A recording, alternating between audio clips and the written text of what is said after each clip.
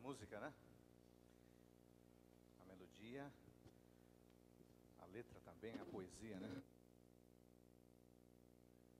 Bom que todos nós somos alcançados pela graça de Deus. Obrigado, Quarteto Agnus, por essa mensagem, por essa poesia, e por nos fazer pensar na graça inigualável do nosso Salvador Jesus Cristo. Essa graça me alcançou há muitos anos,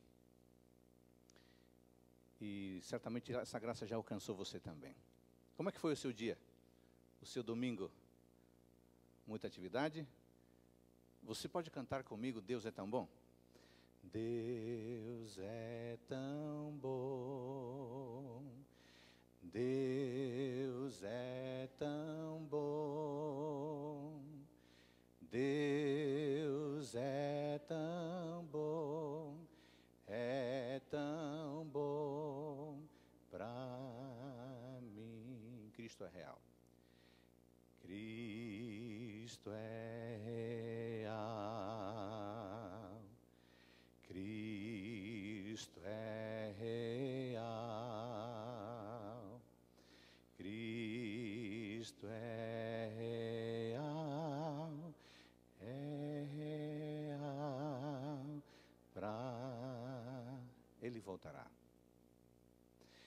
Ele voltará. Ele voltará. Ele voltará. Voltará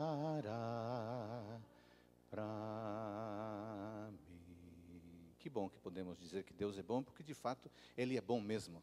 E a Bíblia diz que as suas misericórdias duram para sempre. Como eu disse no início, a graça a qual o quarteto cantou me alcançou quando eu tinha 13 anos. E eu passei a congregar numa pequena igreja adventista, lá no interior do meu país. Com essa cara minha, você pode supor que eu não sou brasileiro, eu não sou mesmo, eu sou boliviano. No interior do meu estado, na fronteira com Rondônia, Guajará-Mirim é o nome da cidade, do lado de cá, e do lado de lá na Bolívia o nome da cidade é Guajará-Mirim, é o mesmo nome. Duas cidades com o mesmo nome, não é muito comum isso, né? Mas são duas cidades com o mesmo nome. Então a divisa que faz é o rio Mamoré, naquela região. Então eu tinha 13 anos quando essa graça da qual o quarteto cantou me alcançou, e eu passei a congregar numa pequena igreja chamada Iglesia Adventista de Pueblo Nuevo. Era uma região nova da pequena cidade, e aí então eu cresci espiritualmente. E houve uma pessoa que, digamos assim, teve um papel importante no meu crescimento espiritual. Eu acho que todos nós, quando nos apegamos a Cristo, quando vamos a uma igreja, temos alguém que nos impacta, alguém que é o nosso referencial. Eu também tive um irmão, um jovem irmão, chamado Alfredo. Esse irmão exerceu uma influência sem saber, sem ele saber. Exerceu uma influência espiritual muito grande em mim, eu, um garoto de 13, 14 anos. E eu via como modelo na hora que pregava, na hora que tocava, na hora que cantava. Tocava violão, eu quis aprender e acabei aprendendo um pouquinho a tocar violão também. A influência de um discipulador é muito grande. Mas sabe o que aconteceu com o Alfredo? Ele, por razões que a gente não sabe detalhes, acabou se afastando. Acabou saindo dos caminhos de Deus. Acabou se distanciando de Deus, da igreja, e passou a colecionar uma série de desafios, de problemas e dificuldades. Você deve conhecer pessoas que andaram com Jesus Cristo e de repente, as pessoas se distanciaram de Deus. Pessoas que estavam no caminho verdadeiro e, de repente, se distanciaram, não voltam mais, não querem voltar ou não conseguem voltar. A Bíblia trata desse assunto, dizendo que no final dos tempos haverá uma sacudidura. Você pode colocar já aí a projeção? Eu preparei um pequeno esboço para que vocês possam acompanhar o tema de hoje. Aliás, se alguém quiser ter as anotações do tema de hoje, detalhes, eu posso enviar, sem problema, tá bom? Então, a Bíblia diz que no final dos tempos haverá uma sacudidura. Sabe quando você usa a peneira e sacode? Não é muito comum hoje em dia, Mas na época do povo de Israel, eles usavam a peneira para sacudir os grãos. Então há um apóstolo, há um profeta na Bíblia, já vou citar esse texto, que usa essa atividade da agricultura e faz uma conexão espiritual, dizendo que nos últimos tempos haverá uma sacudidura espiritual. E que na verdade essa sacudidura não se limita aos últimos tempos que nós já estamos vivendo e que vão se intensificar. Essa sacudidura já começou, mas ela vai se tornar cada vez pior nos tempos finais. Então, no tema de hoje, eu quero explicar para vocês o que é sacudidura, qual é a base bíblica para nós crermos nisso, por que a sacudidura acontece, quais são as razões, as causas que ela acontece, quais são os resultados e, finalmente, o que fazer para não ser pego de surpresa pela sacudidura. Esse será o nosso tema de hoje. Muito bem. Aliás, deixa eu fazer uma pergunta. Há alguém que está nos visitando, e por que está nos visitando, não veio preparado com a sua Bíblia, e gostaria de usar a nossa Bíblia aqui, nós podemos emprestar, temos Bíblia suficiente. Você que é o nosso visitante, o nosso convidado, você quer usar a nossa Bíblia? Se tiver alguém, por gentileza, levante a sua mão para identificar essa pessoa, porque nós queremos emprestar uma Bíblia aqui. Vamos ver se tem alguém que está nos visitando e não tem Bíblia. Não tem Bíblia. Bom, em qualquer momento, se alguém precisar, então, dê um alerta que nós podemos emprestar. Então, vamos lá. Vamos entrar no nosso tema. Antes de tudo, quero explicar rapidamente o que é a sacudidura. Então, a sacudidura é um vocábulo figurativo, simbólico, que designa uma experiência especial de seleção e de apostasia do povo de Deus. Na sacudidura, então, como eu disse agora há pouco, o grão é sacudido para que os grãos quebrados pudessem sair, ou para que um outro corpo estranho pudesse ser expulso por entre os furos da peneira, ou soprados pelo vento. Essa era uma atividade para a qual os ouvintes do profeta Amós, e é ele que fala desse texto. Aliás, eu quero que você vá comigo ao livro de Amós, capítulo 9, versículo 9. Amós 9, 9. Aí nós temos o fundamento bíblico para esse texto. Então, a sacudidura é esse processo de peneiramento que faz com que algumas pessoas acabem sendo separadas do povo de Deus. Então, nós temos dois textos essenciais que, digamos assim, são a base bíblica para este tema da sacudidura. O primeiro deles está no livro de Amós, capítulo 9, versículo 9. Amós é um livro do Antigo Testamento, já indo ali para o final do Antigo Testamento, é um livro pequeno, tem 9 capítulos apenas. Então eu vou ler o versículo 9 do capítulo 9. Amós. Porque eis que darei ordens e sacudirei a casa de Israel entre todas as nações, assim como se sacode trigo no crivo, sem que caia na terra um só grão. Preste atenção a essa última frase do versículo. Sem que caia na terra um só grão. Porque a intenção da sacudidura, quando a pessoa pegava a peneira e fazia o processo da sacudidura, a intenção é que o grão que não prestava, o grão quebrado, saísse, ou algum corpo estranho saísse. Mas o texto diz, sem que caia na terra um só grão. A intenção é que todos os grãos que fossem bons ficassem na peneira. É muito importante essa última expressão, sem que caia na terra um só grão. Nós vamos retomá-la na conclusão da nossa reflexão desta noite. O outro texto que é a base para a nossa reflexão de hoje está em Lucas capítulo 22. Então, Lucas já está no Novo Testamento, é um dos evangelhos sinóticos, Lucas 22, 31 e 32. Lucas 22.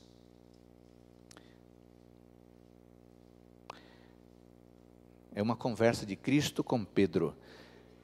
Lucas 22, 31 e 32. Simão, Simão, eis que Satanás vos reclamou para vos peneirar como trigo. Olha aí de novo a expressão. Para vos peneirar como trigo. Eu, porém, roguei por ti, para que a tua fé não desfaleça. Tu, pois, quando te converteres, fortalece os teus irmãos.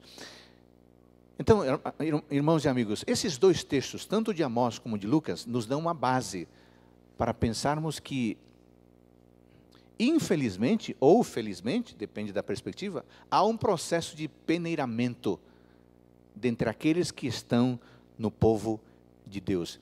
Aí você pode perguntar, poxa, mas como é que pode Deus fazer isso? Um Deus de amor, peneirar as pessoas. Um Deus de amor, não seria bom Ele salvar o maior número de pessoas? Claro que seria bom. E claro que Deus quer salvar o maior número de pessoas. Mas a pergunta é, todas as pessoas querem se salvar? Infelizmente não. Infelizmente não. Então, para separar aqueles que vão se salvar dos que não vão se salvar, precisa haver um processo de peneiramento, de sacudidura. Então, esses dois textos nos dão a base para pensar nesse assunto. Você pode estar se perguntando, interessante, então, esse é um tema bíblico, esse não é um tema que a Igreja Adventista está inventando. A próxima pergunta, eu acho oportuna, é, quando que vai acontecer isso? Quando que vai ocorrer isso? Em que momento? Será que é um momento especial? Já começou? Vai começar? Sempre houve? Ou sempre houve, mas vai se intensificar? Eu queria que você olhasse esse quadro. Vocês conseguem enxergar? Conseguem, né? Queria que você olhasse esse quadro aqui, ó. É claro que toda vez que a gente tenta fazer um esquema linear de eventos bíblicos, há sempre o desafio, porque os eventos nem sempre são lineares, né? Muitas vezes eles são concomitantes, acontecem ao mesmo tempo, um está acontecendo, o outro começa, um termina enquanto o outro continua. Então há um risco muito grande da gente misturar os processos históricos, porque os acontecimentos não são lineares necessariamente. Mas isso aqui é uma tentativa didática, da gente se situar no tempo e no acontecimento. Então você percebe que nós estamos aqui hoje, né?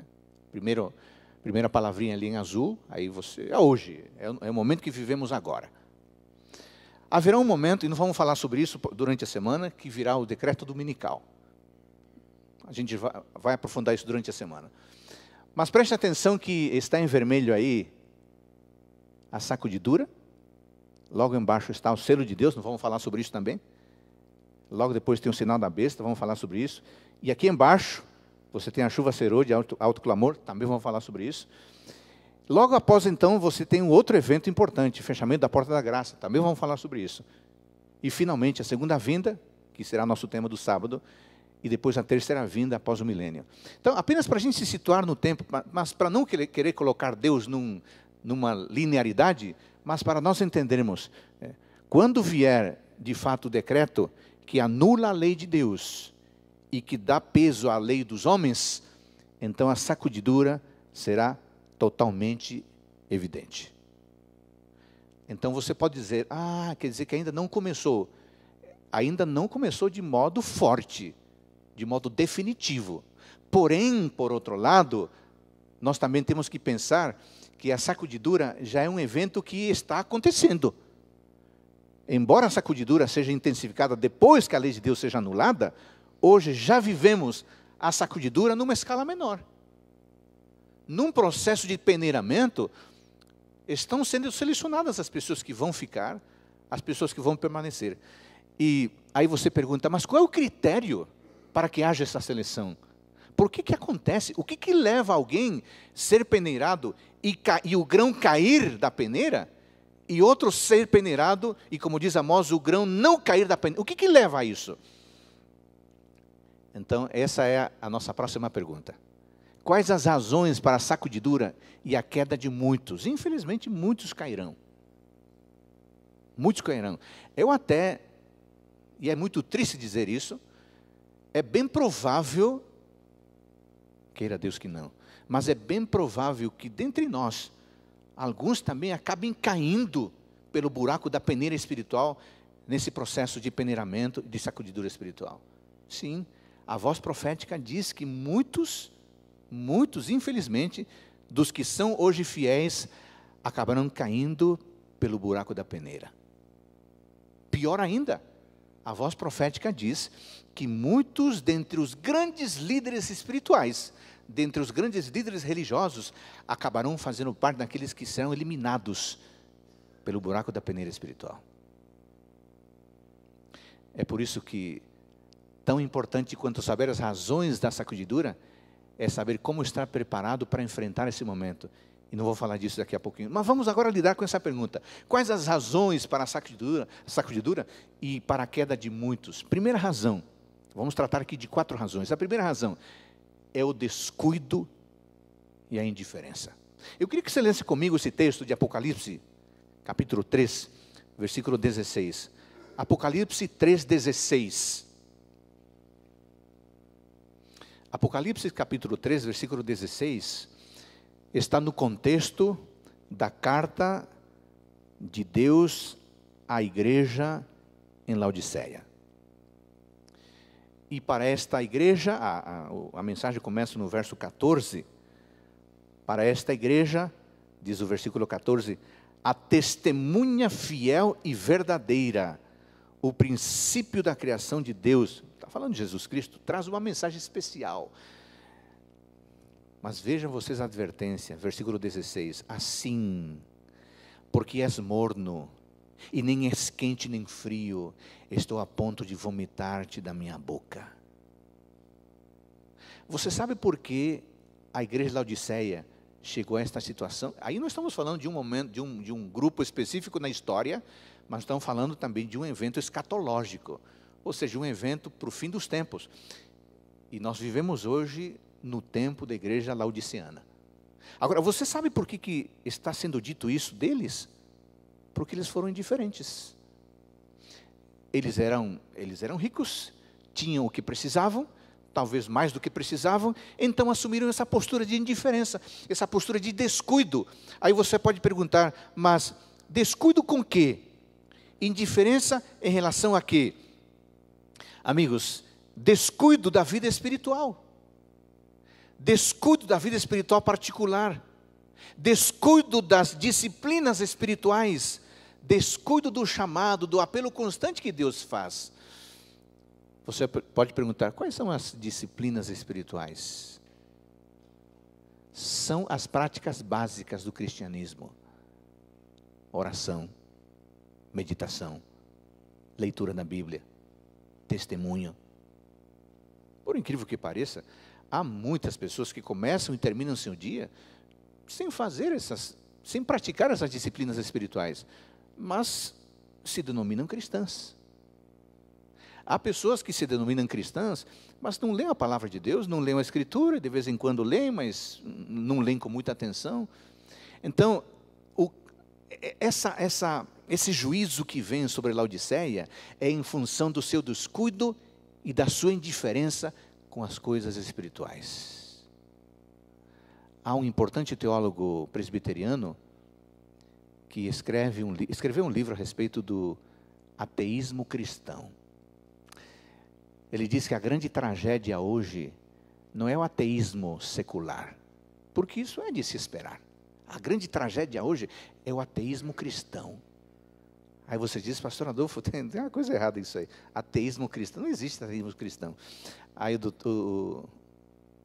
esse teólogo presbiteriano diz, o ateísmo cristão é aquela postura de indiferença, embora se conheça o conteúdo da palavra de Deus.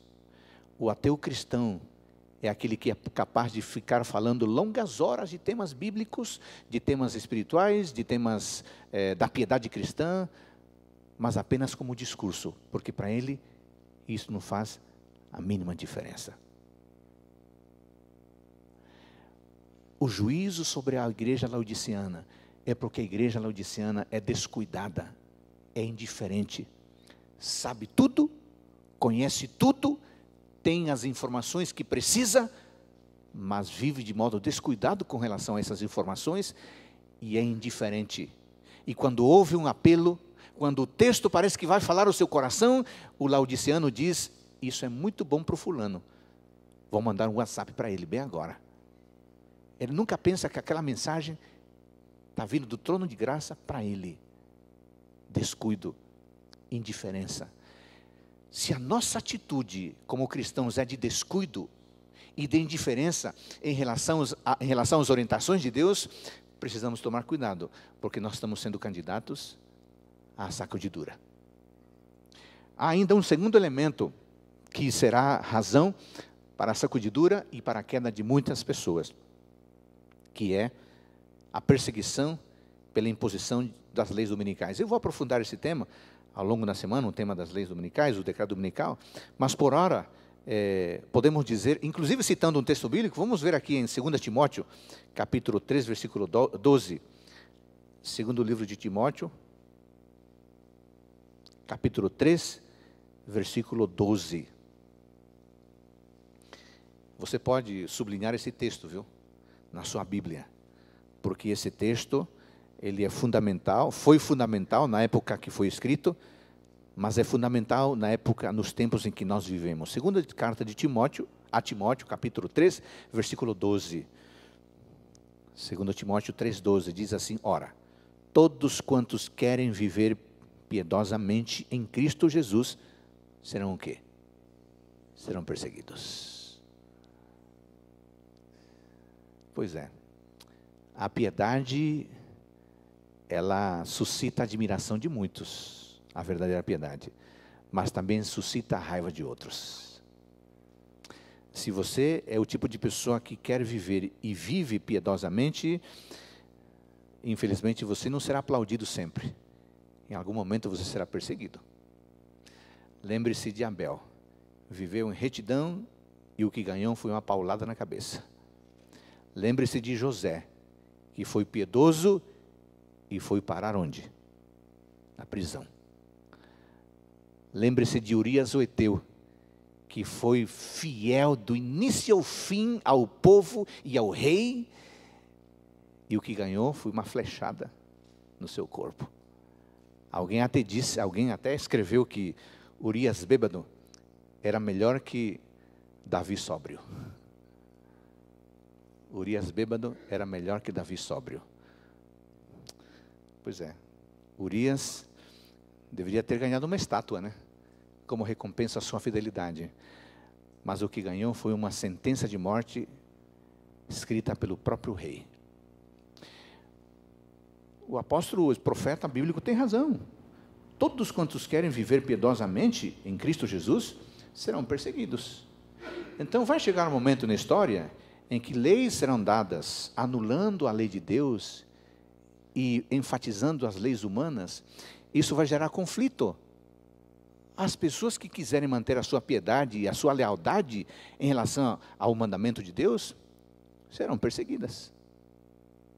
Mas há uma terceira razão que vai suscitar a sacudidura e a queda de muitos, que é a recusa da mensagem de Deus à Laodiceia. Já lemos o texto de Apocalipse, mas podemos aqui enfatizar o seguinte: esse texto, essa advertência, amigos e irmãos, é para nós.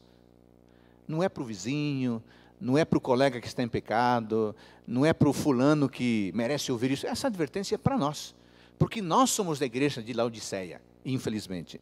Então, toda vez que eu leio essa mensagem, escuto essa advertência e deixo o Espírito Santo falar ao meu coração, me mostrando o que eu preciso melhorar, a reforma que precisa ser feita, então eu estou reagindo positivamente à advertência que é dada para mim. Mas toda vez que eu digo, não, sabe de uma coisa? Não é bem assim não, eu não sou tão ruim assim não, eu acho que o fulano merece ouvir isso. Então essa recusa de ouvir a advertência de Deus é que me torna candidato a ser peneirado.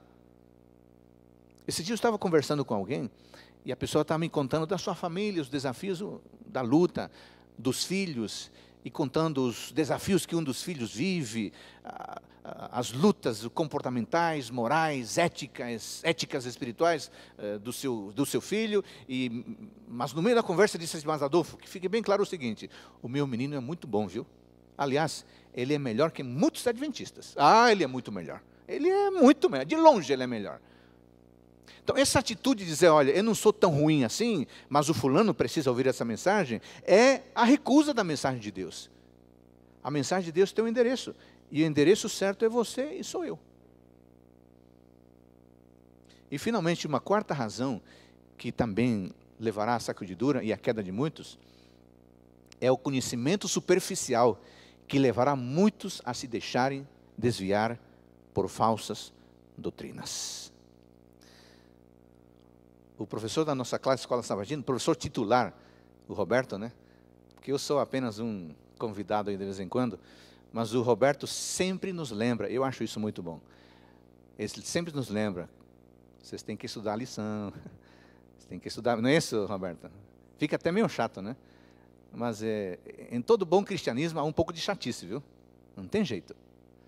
Ele sempre nos lembra, olha, cadê o estudo da lição? Quem estuda a lição?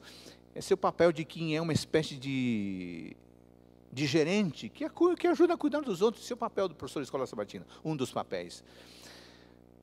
Acontece que na cabeça do Roberto, imagino eu, e na cabeça de todos nós, há a ideia de que a solidificação, a solidez do conhecimento da palavra é muito importante, porque uma boa informação é capaz de me conduzir a uma boa prática. E uma má informação, ou uma ausência de informação, é capaz de me conduzir a uma prática frágil, mal conduzida. Então, esse vai ser um problema. As pessoas, infelizmente, irmãos, amigos, não leem a palavra de Deus. Aliás, há pesquisas, constantemente se faz pesquisa, né? O Instituto do Livro faz pesquisa todo ano. A Bíblia aparece sempre como o livro mais lido. Eles não perguntam se é o livro mais obedecido, eles perguntam só se é o livro mais lido. E é o livro mais lido. A Bíblia está nos livros mais lembrados pelas pessoas. Até livro de Ellen White já saiu aí no meio. É bom que as pessoas leiam a Bíblia, que se lembrem da Bíblia. Mas na mesma época, ou numa vez, alguns anos atrás, na mesma época que foi feita a pergunta se a pessoa lia a Bíblia, 95% das pessoas liam a Bíblia. Uau, que maravilha, né? Mas aí perguntaram, o que você acha da combinação entre o criacionismo, que é bíblico, e o ensino do evolucionismo, que é a teoria do Charles Darwin? Aí as pessoas disseram, não tem problema não, está tudo certo, podem se combinar perfeitamente. E aí a pesquisa perguntou, e você acredita em duendes, em fadas e não sei o quê? Ah, sim, está tudo certo, eu acredito, sim. Aí fica pensando, como é que pode 95% das pessoas lerem a Bíblia, mas também crerem no evolucionismo? Eu não estou nem entrando no mérito se está certo ou errado, porque não é o tema agora.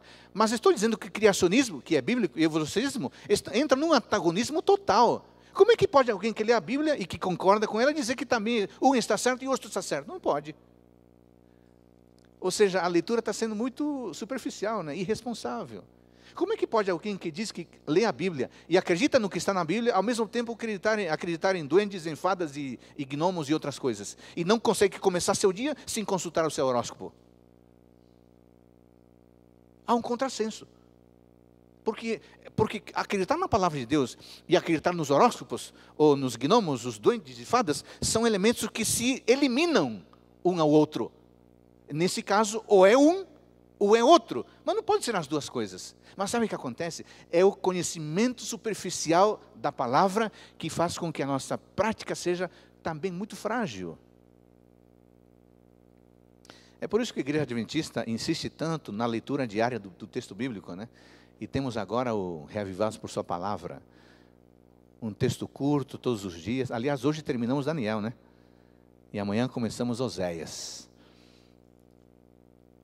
Porque a solidez no conhecimento do texto bíblico é muito importante agora e será muito importante depois, quando as Bíblias forem retiradas das nossas mãos. A perseguição da qual Timóteo fala vai implicar que num dado momento você vai ter que fugir.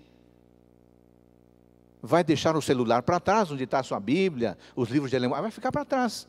Então um texto, uma Bíblia, nem pensar. O que vai ficar é o texto que o Espírito Santo ajudou você a gravar na sua mente. Mas o Espírito Santo só pode ajudar você a gravar quando você lê. Ele não pode trabalhar em cima de uma informação que não foi acessada.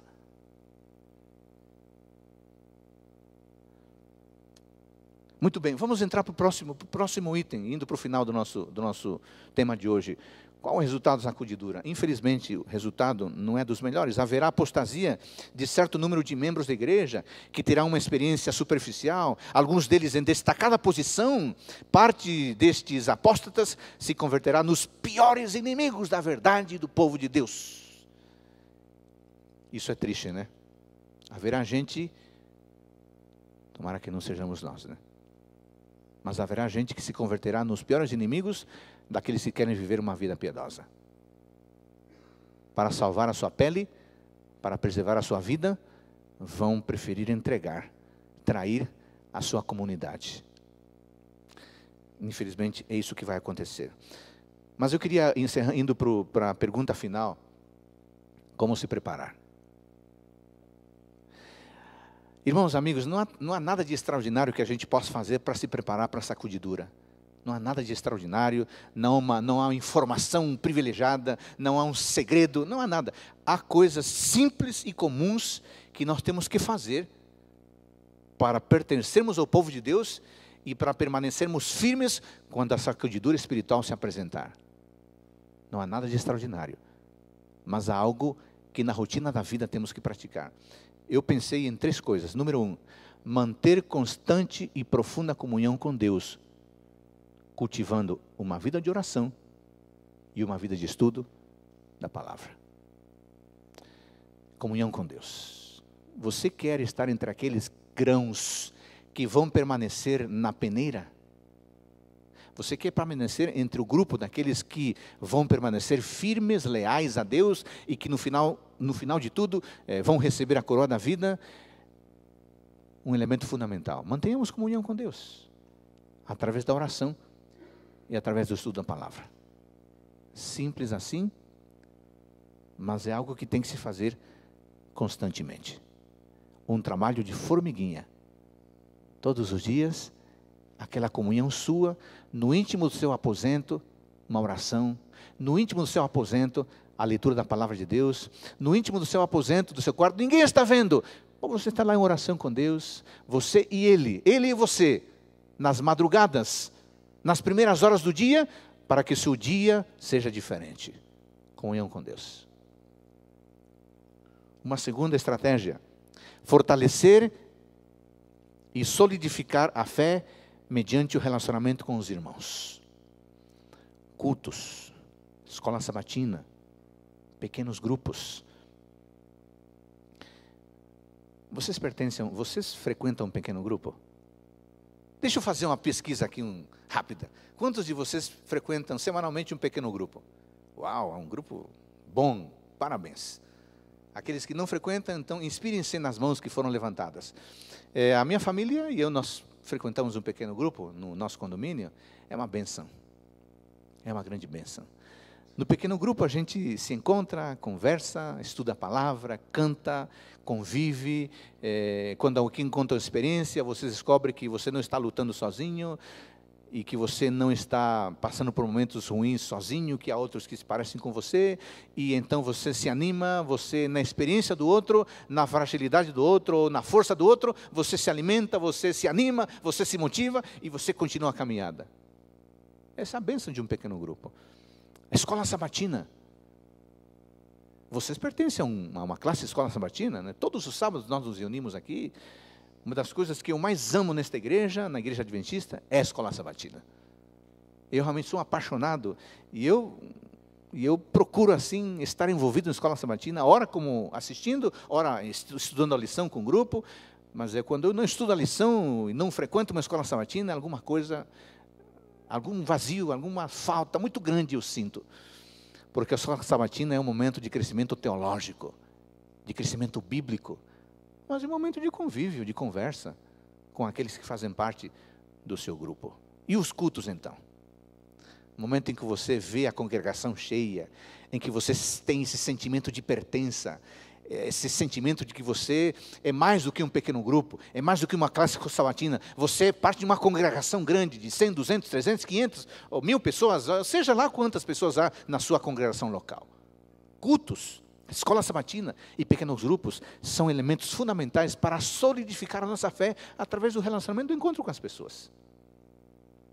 Por isso a Bíblia diz: não deixem de se congregar. Não deixem de se congregar. Hoje eu não estou com vontade de ir ao culto. Hoje eu quero ficar aqui em casa. Hoje eu quero... Não faça isso não. No dia que você despertar e você estiver sem vontade, esse é o dia que você mais precisa dizer: eu vou. Estou desanimado, então eu preciso me animar. Quem sabe o sermão vai me animar, o Provai e Vede vai me animar. Aliás, eu senti falar do Provai e Vede ontem, viu? Hoje à noite vou entrar no YouTube. Vou assistir. Obrigado, Melk e família pela riqueza de cada sábado. Vocês sentiram falta do Provar Verde? Mas é que estava corrido ontem, né? Está justificado. Como é bom pertencer a um grupo. Senso de pertença. Ainda que seja para ficar no meio do grupo, quietinho, conversando pouco, conversando muito, não interessa. Mas sentir-se parte de uma pequena comunidade. E finalmente um terceiro elemento. Envolver-se pessoalmente na missão. A Igreja Adventista tem falado no meu talento, meu ministério. Sabe por quê? Porque não basta a gente esperar que a instituição faça coisas. Não basta esperar que a igreja, a instituição, tome a dianteira para pôr em funcionamento projetos, ou para organizar eventos, ou para organizar ajudas comunitárias. É necessário que cada um de nós se envolva de alguma forma. Meu talento, meu dom, o que eu sei fazer, esse pode ser o meu ministério. Cada um de nós tem a responsabilidade de ofertar aquilo que sabe fazer, para que isso se torne um modo de pregar o Evangelho. É provável que você não queira pregar, ou não saiba pregar, mas você não precisa pregar aqui no púlpito. Você pode usar o seu talento, como o seu ministério, a forma de pregar o Evangelho para outras pessoas. A gente que é muito habilidosa para conversar, está no avião, está no ônibus, está no restaurante, está na fila do mercado. A gente que tem uma habilidade especial de começar uma conversa, de já entregar um folheto. Eu fico impressionado. Eu não tenho essa habilidade. Eu não tenho essa habilidade, eu reconheço. E eu não vou ficar triste por isso, porque Deus me deu outras habilidades. Mas eu fico impressionado com gente que começa um diálogo e em 2 minutos parece que foram grandes amigos. Né, Janete? Eu não tenho essa habilidade e não adianta chorar, tem que buscar outras. O seu talento tem que ser o seu ministério. Porque toda vez que você executa o seu talento, você abençoa alguém, mas a sua fé é fortalecida. A sua fé é fortalecida. Hoje eu estava no aeroporto, hoje à tarde, no aeroporto em Guarulhos, e eu estava almoçando e tinha 2 senhores, mais ou menos da minha idade, 2 brasileiros, baianos, e eu pedi para sentar, e eles, não, pode sentar. E eu não conversei, e eles tomaram a iniciativa de conversar, e começamos a conversar. Aí me disseram, estava num curso, veio um missionário de tal lugar, e nos ensinou sobre a cura espiritual, muito interessante. Isso me contaram, me deram até o contato. Procura o fulano lá em Brasília, porque ele é um mentor espiritual, você vai gostar de falar com ele. E achei interessante que eu fiz a minha oração, né, silenciosa, antes de almoçar. O prato deles chegou depois. Quando chegou o prato deles, um deles levantou as mãos e em voz alta disse, Deus, obrigado por esse alimento tão precioso, tão gostoso que o Senhor nos dá, por tua graça de nos dar o pão de cada dia. Falou alto. E disse assim, bom apetite. E começou a conversar. Eu logo percebi que esse camarada não tem dificuldade nenhuma em falar em público, em conversar com um estranho. Não tem, é o talento dele, deve ser um talento dele. Qual é o seu talento? Você o está usando para abençoar outros? Para cumprir a missão? Se necessário, faça um teste de dons. Se necessário, faça um teste de dons. Há vários. Eu até posso indicar aí uns 2 ou 3 bons, para você descobrir como é que você pode ser útil. Quem não é útil na igreja acaba dando problema para a congregação. A pessoa que não trabalha, ela só dá trabalho para os outros.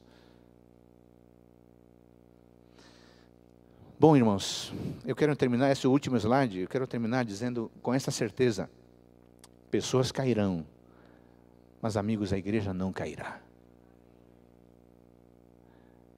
Alguns indivíduos vão cair, algumas pessoas vão cair, por essas razões que nós já mencionamos resumidamente.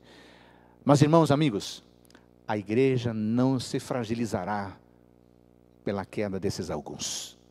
A igreja permanecerá firme, a igreja permanecerá incólume, a igreja permanecerá sólida, porque assim como Amós disse, vamos voltar a Amós? Assim como Amós disse, porque eis que darei ordens, 9:9, e sacudirei a casa de Israel entre todas as nações, assim como se sacode trigo no crivo, sem que caia na terra um só grão. Irmãos, aqueles que ficarem fortalecidos no Senhor, aqueles que mantiverem comunhão com o Senhor, aqueles que se congregarem com os outros, se fortalecerem uns aos outros, aqueles que cumpriram sua parte da missão, esses são os grãos que vão permanecer na peneira. Esses não vão cair. O outro poderá cair, mas a igreja não cairá. Você quer estar firme? Então permaneça na igreja. Porque se você permanecer na igreja, você será o grão que não cairá. Nessa noite eu queria fazer um convite especial. Deixa eu perguntar aqui. Você conhece alguém que está balançando na sua vida espiritual?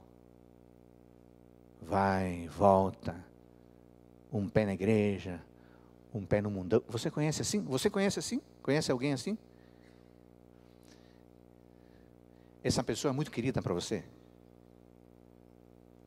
Você ama essa pessoa? Você quer que essa pessoa esteja no reino de Deus? Que seja salva? Você quer que essa pessoa, quando vier a sacudidura, você quer que essa pessoa seja um grão que permaneça na peneira? Você quer? Você quer? Então, vem aqui comigo, você que tem alguém que está em perigo na vida espiritual. Venha você representando essa pessoa. Vem aqui, vamos fazer uma oração por essa pessoa. Mas você, essa pessoa não está aqui com você, né? Não está, né? Então, você vai vir aqui agora, representando essa pessoa que está em perigo espiritual. Você e eu vamos orar por essa pessoa agora. Neste momento. Uau, quanta gente em perigo. Você está representando essas pessoas? Vamos orar por essas pessoas. Elas não estão conosco. Infelizmente não estão conosco. Mas não vamos orar por essas pessoas agora. Para que Deus fortaleça essas pessoas. E eu quero desafiar que você seja o canal de bênção para essa pessoa. Tá bom? Que tudo que você puder fazer por essa pessoa, você faça para que essa pessoa retorne aos braços de Deus e consequentemente retorne à congregação, retorne à igreja. Mas primeiro essa pessoa precisa voltar a Deus e a volta à igreja será uma consequência. Eu queria que você tivesse em mente uma pessoa apenas, tá bom? Uma pessoa querida, que você quer que essa pessoa seja fortalecida na sua fé, para que quando a sacudidura vier, essa pessoa, juntamente com você, seja o grão que permaneça na peneira. Você quer isso? Você quer isso? Então vamos orar por essa pessoa. Mas antes da oração, eu vou pedir para o quarteto vir. Porque é o seguinte, irmãos. É muito provável que essa pessoa, pela qual você vai estar orando agora, e vamos orar agora, esteja muito distanciada de Deus, não é possível? Coração duro, rebelde. Sabe do que essa pessoa precisa? De um milagre. E sabe qual que é o primeiro milagre? Quarteto, qual que é o primeiro milagre? O primeiro milagre é confiar. Aí você diz, mas essa pessoa não confia. Você vai confiar por ela. Você vai confiar por ela. E quem sabe dessa forma, o milagre possa ser iniciado hoje na vida dessa pessoa. Vamos ouvir, depois vamos orar.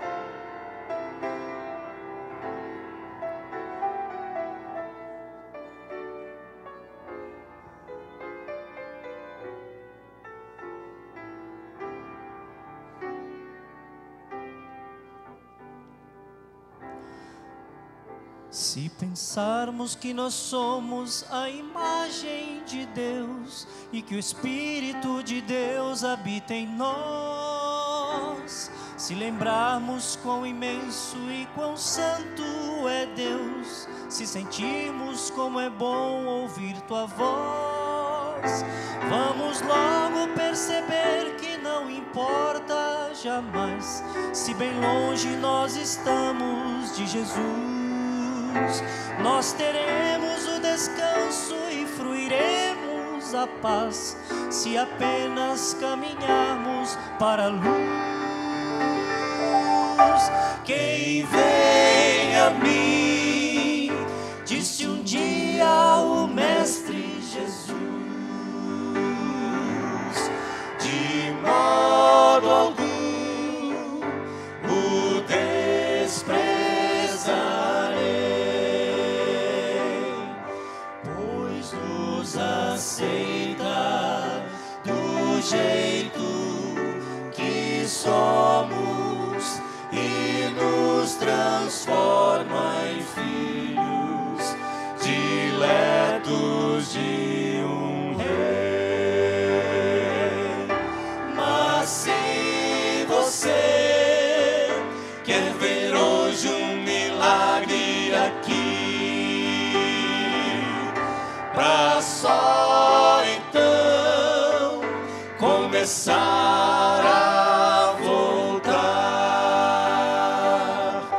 talvez jamais tal milagre aconteça, pois saiba que o primeiro milagre é confiar.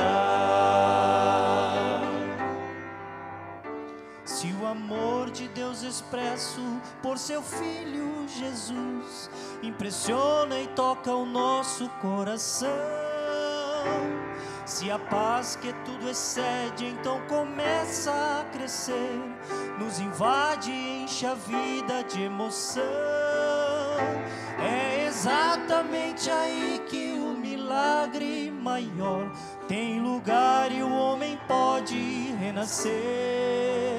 Tal momento incomparável todos podem sentir, é a experiência áurea do viver.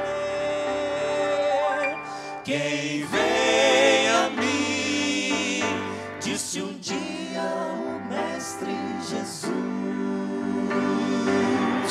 de modo algum o desprezarei,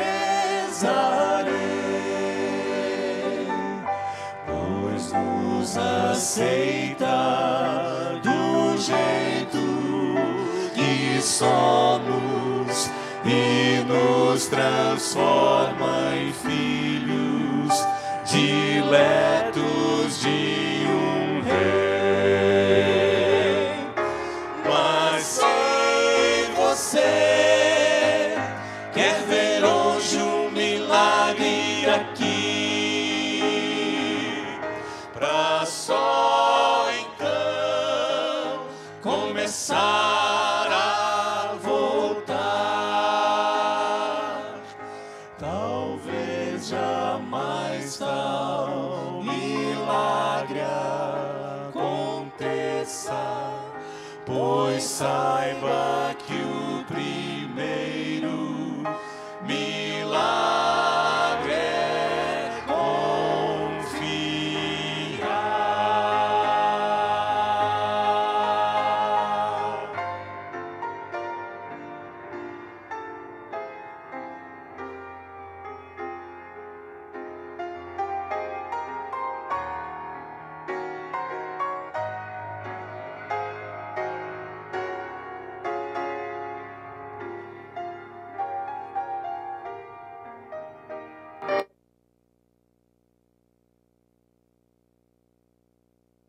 Como diz a melodia, o primeiro milagre é confiar.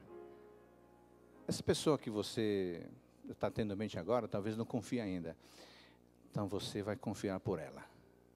Vai orar por ela. E vou pedir mais uma coisa para você. Se você puder entrar em contato com ela ainda hoje à noite, mandar uma mensagem, ligar e convidá-la que esteja conosco durante essa semana. Tá bom? Pode vir amanhã. Amanhã vamos falar do tema da chuva serôdia.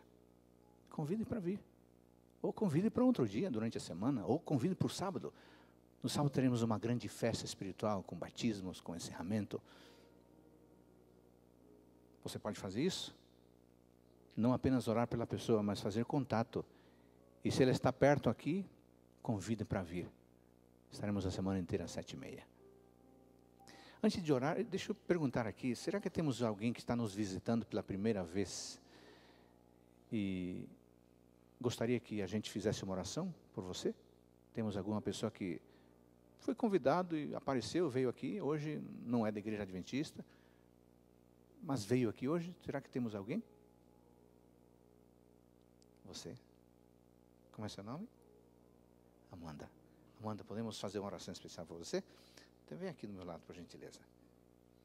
Quem é que trouxe você? Então vem aqui do lado dela. Dá um abraço nela. Bom, vamos orar pelos amigos de vocês que estão na mente, mas vamos orar pela Amanda hoje. Amanda hoje é a nossa convidada especial. Vamos orar. Obrigado, nosso Deus. Hoje estudamos sobre a sacudidura.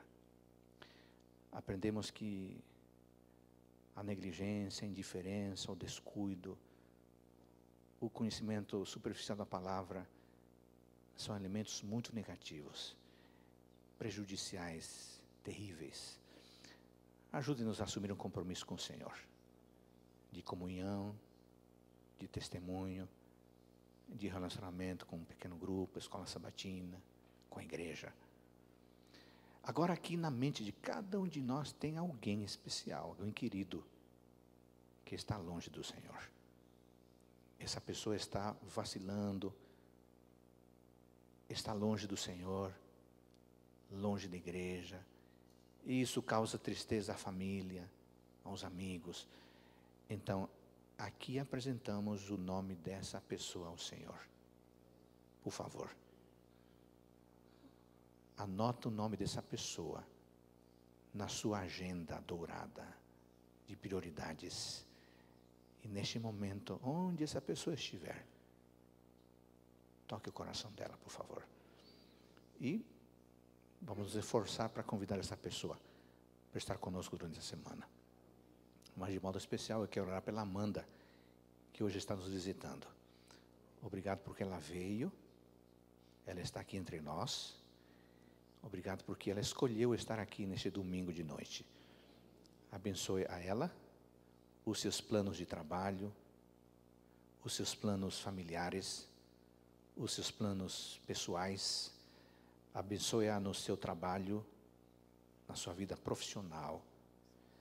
Abençoe-a se ela precisa de alguma coisa do Senhor, algum milagre, que de alguma forma e no seu momento oportuno o Senhor possa atender ao coração dela. Amanda é uma representação de muita gente que precisa do Senhor. E por isso nós colocamos Amanda e essas pessoas nas tuas mãos.